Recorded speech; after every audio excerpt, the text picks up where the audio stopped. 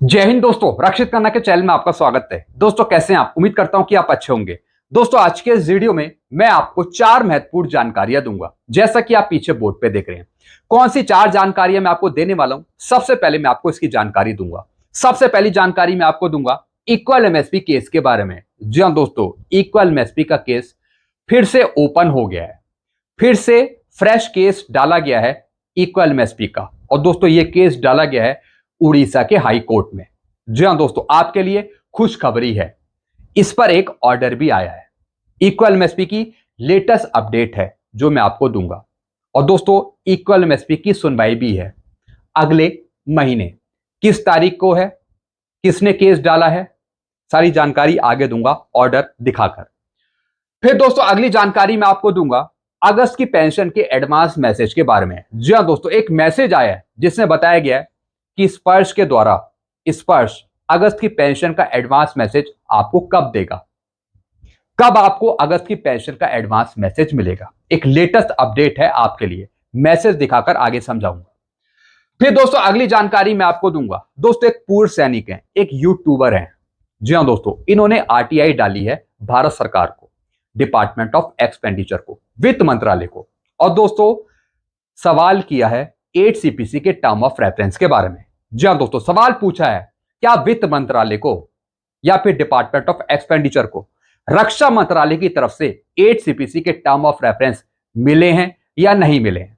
जैसे कि दोस्तों वित्त मंत्रालय संसद में जवाब देता है कि अभी हम टर्म ऑफ रेफरेंस मंगा रहे हैं, अभी हम इनपुट मंगा रहे हैं। किससे? रक्षा मंत्रालय से, डीओपीटी से, गृह मंत्रालय से। तो उसी पर दोस्तों ये सवाल पूछा है, क्या रक्षा मंत्रालय से वित्त मंत्रालय को 8 सीपीसी के टर्म ऑफ रेफरेंस मिले हैं या नहीं मिले हैं। तो दोस्तों इस पे जवाब दिया है डिपार्टमेंट ऑफ एक्सपेंडिचर ने, वित्त मंत्रालय ने। क्या जवाब दिया है ये मैं आपको आगे समझाऊंगा।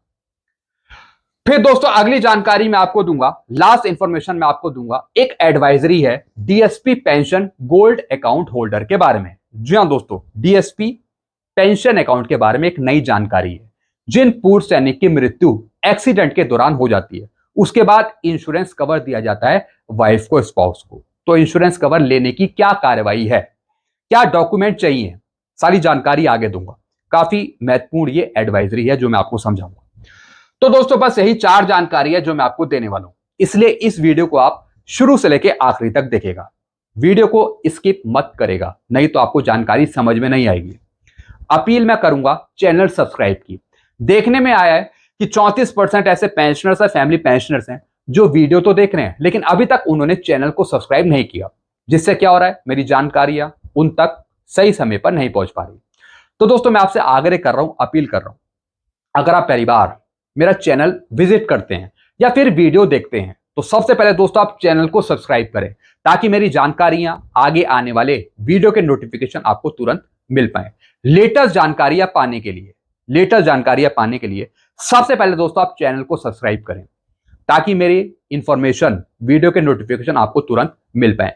चैनल सब्सक्राइब करने के एक भी पैसे आपको कहीं नहीं देने, फ्री में आप चैनल सब्सक्राइब करें और फ्री में आप वीडियो देखें। तो दोस्तों जो ये परसेंटेज है जिन्होंने चैनल को सब्सक्राइब नहीं किया, तो चैनल को सब्सक्राइब करके इस परसेंटेज को 100% तक पहुंचाइए। चलते हैं दोस्तों, अब जानकारियों में आगे बढ़ते हैं। सबसे पहली जानकारी है इक्वल एमएसपी केस के बारे में। जैसा आपको पता है इक्वल एमएसपी का केस 2 बार डिसमिस हो चुका है, पहले चंडीगढ़ हाई कोर्ट से और फिर उसके बाद दिल्ली हाई कोर्ट से। यानी कोर्ट ने माना कि इक्वल एमएसपी हम नहीं कर सकते, जो इक्वल एमएसपी करेगा वो करेगा भारत सरकार या फिर पे कमीशन। इस वजह से दोस्तों कोर्ट ने केस को डिसमिस किया और सीधा बोला voice of ex serviceman society के नेशनल कोऑर्डिनेटर बीर बहादुर सिंह जी को कि आप चले जाइए भारत सरकार के पास, भारत सरकार को रिप्रेजेंटेशन दीजिए इक्वल एमएसपी करने का। अब दोस्तों भारत सरकार पे डिपेंड है इक्वल एमएसपी वो करेगी या नहीं करेगी, या फिर पे कमीशन पे डिपेंड है। लेकिन दोस्तों इक्वल एमएसपी लेने के लिए हमें कोर्ट का ऑर्डर चाहिए होगा। अगर कोर्ट ऑर्डर कर देती है तब इक्वल एमएसपी हमें मिल सकती है सरकार से। तो दोस्तों जैसा आपको पता है इक्वल एमएसपी का केस डिसमिस हो चुका है 2 बार, लेकिन दोस्तों फिर से इस केस को ओपन कर दिया है, फिर से फ्रेश केस डाला गया है इक्वल एमएसपी का। और दोस्तों ये केस डाला गया है उड़ीसा के हाई कोर्ट में, कटक में। जी हाँ दोस्तों, और दोस्तों ये केस डाला गया है विद्याधर नायक जी के द्वारा, जो पिटिशनर हैं, और इनके वकील हैं एसके दास जी, जो लड़ेंगे इस केस को। और दोस्तों किसके अगेंस्ट डाला है? भारत सरकार के, मिनिस्ट्री ऑफ फाइनेंस के। जी हाँ दोस्तों, जो कि अपोजिट पार्टी है। अब दोस्तों इसमें एक ऑर्डर भी आया है। ऑर्डर है 18 अगस्त 2025 का एक ऑर्डर आया है, जिसमें दोस्तों कोर्ट ने एक अगली तारीख दे दी है। डॉक्यूमेंट मंगाए हैं कि इक्वल एमएसपी किस बेस पर पूर्व सैनिकों को मिलनी चाहिए। अब दोस्तों जिन्होंने कोर्ट केस किया है, जो उनके वकील हैं, वो डॉक्यूमेंट रखेंगे, प्रूफ रखेंगे। और दोस्तों साथ ही साथ फिर जो सरकार है वो भी अपने एविडेंस रखेगी। यानी फिर से ये केस ओपन हो गया है। तो आपके लिए खुशखबरी है। और दोस्तों 22 सितंबर 2025 से शुरू होने वाले सप्ताह में इक्वल एमएसपी के केस को लिस्ट किया जाएगा। लेटेस्ट अपडेट मैं आपको देता रहूंगा समय समय पर। एक ये ताजा जानकारी है इक्वल एमएसपी पर। सबसे पहले मैं आपको ये जानकारी दे रहा हूं अपने इस चैनल के माध्यम से। आप चाहे तो ये ऑर्डर आप मेरे से ले सकते हैं। ये फाइनल ऑर्डर नहीं है, अभी फ्रेश केस है। चलते हैं दोस्तों अगली जानकारी की तरफ। फिर दोस्तों अगली जानकारी है अगस्त की पेंशन के एडवांस मैसेज के बारे में। अब अगस्त की पेंशन का एडवांस मैसेज आपको मिलेगा कब, ये समझते हैं इस मैसेज से। The message about the Sparsh August pension advance will likely be sent between 21 August to 31 August 2025। जी दोस्तों एक मैसेज आया जिसमें बताया गया कि स्पर्श आपको अगस्त की पेंशन का एडवांस मैसेज भेजेगा 21 अगस्त से और 31 अगस्त के बीच में। जैसा कि दोस्तों आपको एज यूजुअली मिलता है, महीने के लास्ट 10 दिन के अंदर आपको मिलता है महीने की पेंशन का एडवांस मैसेज। तो दोस्तों इन्होंने बताया SPARSH the system of pension administration handles pension sanction and disbursement for the Indian arm force and defence civilian. यानी जो स्पर्श है वो आपकी पेंशन को हैंडल करता है, पेंशन पे करता है आपके अकाउंट में, चाहे आप डिफेंस सिविलियंस हो या फिर आप इंडियन आर्म फोर्स के पेंशनर्स हो। While information about a specific August pension advance message being sent between August 21 August to 31 August 2025। यानी कुछ दिन में ही आपको अगस्त की पेंशन का एडवांस मैसेज मिल जाएगा। जी हाँ दोस्तों, और दोस्तों अगस्त की पेंशन आपको कब मिलेगी? फ्राइडे वाले दिन मिलेगी। ना 30 को मिलेगी ना 31 को मिलेगी, 29 तारीख को आपके खाते में अगस्त की पेंशन आएगी, क्योंकि 30 को है सैटरडे और 31 को है संडे। तो दोस्तों मैसेज का इन्होंने बता दिया कि जो आपको मैसेज मिलेगा वो मिलेगा 21 अगस्त से 31 अगस्त के बीच में। कुछ दिन में ही आपको मैसेज मिल जाएगा। तो दोस्तों हो सकता है कल आपको मैसेज मिल जाए, परसों आपको मैसेज मिल जाए, कुछ दिन में ही आपको अगस्त की पेंशन का एडवांस मैसेज मिलना है। लेटेस्ट जानकारी इन्होंने दे दी कि अगस्त की पेंशन का एडवांस मैसेज आपको 21 अगस्त से 31 अगस्त के बीच में मिलेगा। एक लेटेस्ट अपडेट आपको दी है जो मैंने आपको समझा दी। चलते हैं दोस्तों अगली जानकारी की तरफ। अगली जानकारी है 8 सीपीसी के टर्म ऑफ रेफरेंस के बारे में। जैसा मैंने आपको बताया, एक पेंशनर्स हैं, एक पूर्व सैनिक है, जिन्होंने आरटीआई डाली थी डिपार्टमेंट ऑफ एक्सपेंडिचर को, वित्त मंत्रालय को, और सरकार से पूछा, वित्त मंत्रालय से पूछा क्या रक्षा मंत्रालय की तरफ से टर्म ऑफ रेफरेंस मिले हैं या नहीं मिले हैं वित्त मंत्रालय को। तो दोस्तों जवाब दिया है डिपार्टमेंट ऑफ एक्सपेंडिचर ने। उन्होंने बताया है कि रक्षा मंत्रालय की तरफ से हमें अभी तक टर्म ऑफ रेफरेंस मिले हैं या नहीं मिले हैं। जैसे कि दोस्तों वित्त मंत्रालय संसद में बताता आया है कि अभी हम इनपुट्स मंगा रहे हैं, अभी भारत सरकार इनपुट्स मंगा रही है। किससे? रक्षा मंत्रालय से या फिर गृह मंत्रालय से या फिर कार्मिक विभाग से। तो दोस्तों कंफर्मेशन लेने के लिए इन पूर्व सैनिक ने आरटीआई डाली थी डिपार्टमेंट ऑफ एक्सपेंडिचर के पास, वित्त मंत्रालय के पास, ताकि वित्त मंत्रालय स्पष्ट बता पाए कि रक्षा मंत्रालय की तरफ से अभी तक टर्म ऑफ रेफरेंस भेजे गए हैं या नहीं भेजे गए हैं। तो दोस्तों आगे क्या बताया ये मैं आपको समझाता हूं। यह एक आरटीआई है जिसमें हमारे एक एक्स सर्विसमैन के द्वारा वित्त मंत्रालय से पूछा गया डिफेंस मिनिस्ट्री से टर्म ऑफ रेफरेंस के पॉइंट के बारे में, जिसके रिप्लाई में मिनिस्ट्री ऑफ फाइनेंस ने कहा है, डिपार्टमेंट ऑफ एक्सपेंडिचर ने कहा है कि मिनिस्ट्री ऑफ डिफेंस ने अभी तक कोई टर्म ऑफ रेफरेंस नहीं दिए हैं। वहीं दूसरी तरफ सेंट्रल गवर्नमेंट की जितनी भी संस्थाएं हैं उन्होंने term of reference point ministry of finance में सबमिट कर दिए। जी हाँ दोस्तों जैसा कि भारत सरकार ने संसद में रिप्लाई दिया था, जैसा कि दोस्तों वित्त मंत्रालय ने संसद में बताया था कि अभी टर्म ऑफ रेफरेंस मांगे जा रहे हैं, अभी प्रपोजल मांगे जा रहे हैं और साथ ही साथ स्टेक होल्डर के साथ बातचीत चल रही है। जो राज्य की सरकार है उनसे भी बातचीत चल रही है, यानी अलग अलग डिपार्टमेंट से टर्म ऑफ रेफरेंस आ रहे हैं। किसके पास? वित्त मंत्रालय के पास। दोस्तों कुछ दूसरे डिपार्टमेंट हैं, कुछ राज्य की सरकार है जो टर्म ऑफ रेफरेंस 8 सीपीसी के वित्त मंत्रालय को दे रही है। लेकिन दोस्तों सवाल पूछा गया, क्या रक्षा मंत्रालय ने टर्म ऑफ रेफरेंस अभी तक दिए हैं या नहीं दिए? तो दोस्तों मिनिस्ट्री ऑफ फाइनेंस ने बताया कि अभी तक हमें रक्षा मंत्रालय की तरफ से टर्म ऑफ रेफरेंस नहीं मिले हैं। जी हाँ दोस्तों, ये लेटेस्ट रिप्लाई दिया है। अब दोस्तों इसका मतलब क्या है? इसका मतलब है कि अभी काम चल ही रहा है टर्म ऑफ रेफरेंस में, टर्म ऑफ रेफरेंस मंगाने के बारे में अभी काम चल ही रहा है, अभी वो काम पूरा नहीं हुआ है।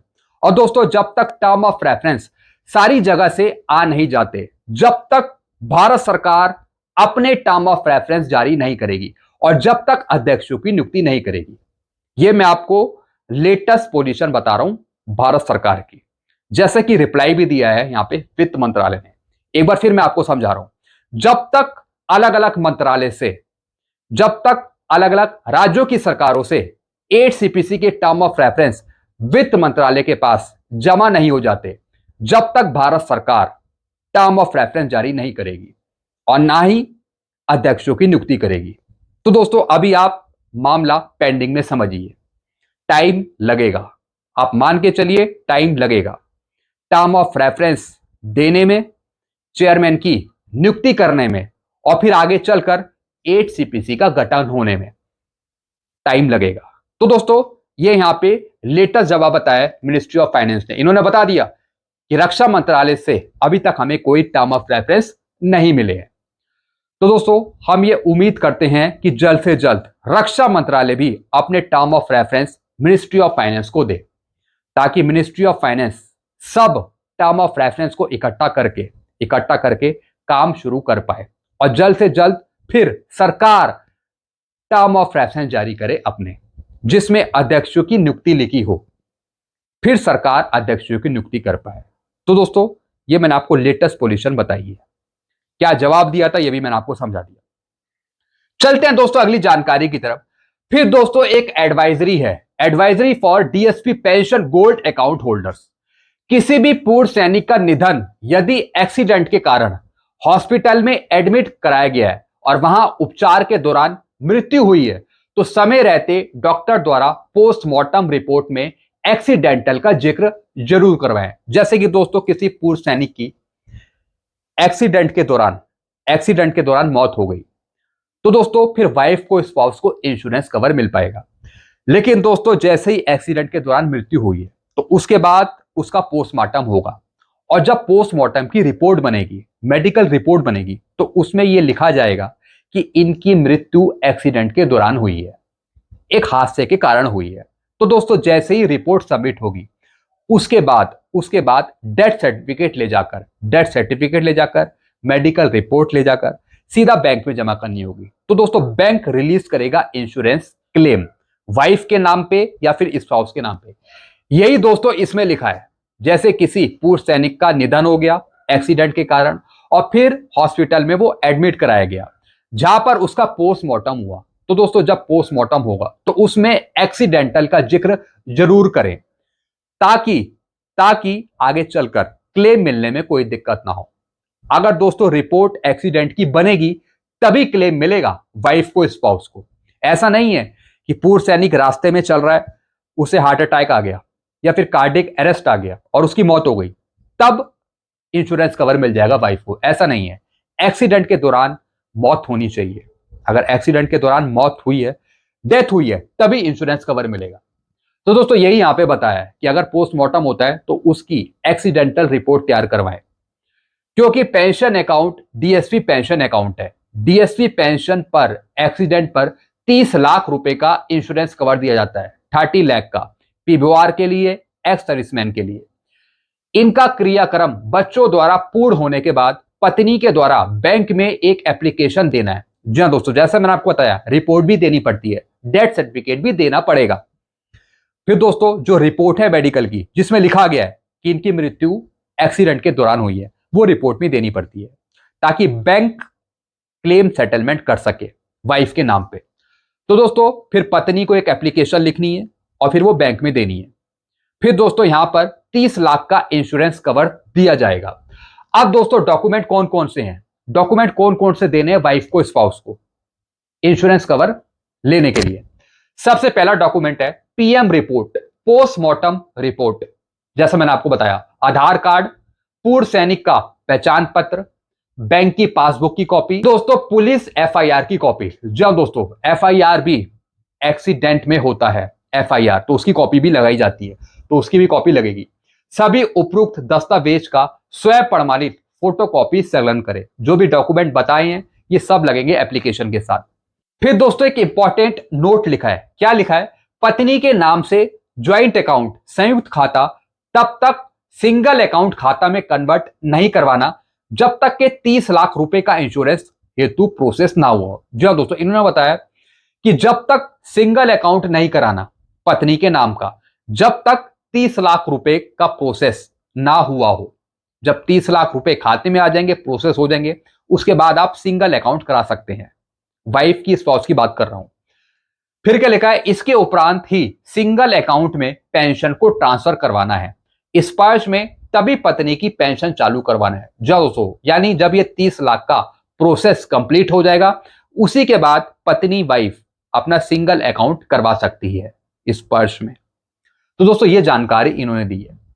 तो दोस्तों ये एक एडवाइजरी थी इंश्योरेंस क्लेम लेने की, जो मैंने आपको समझा दी। तो दोस्तों बस यही जानकारियां थी जो मैं आपको समझाना चाहता था, लेटेस्ट जानकारियां थी जो मैंने आपको दी। इसके रिगार्डिंग आपको और कुछ पूछना हो तो आप नीचे कमेंट कर सकते हैं। ऐसी जानकारियां लेने के लिए, पाने के लिए आप सबसे पहले दोस्तों आप चैनल को सब्सक्राइब कर लीजिए, ताकि ऐसी जानकारियां आपको समय समय पर मिलते रहे। चैनल का नाम है Rakshit Khanna. Thank you so much.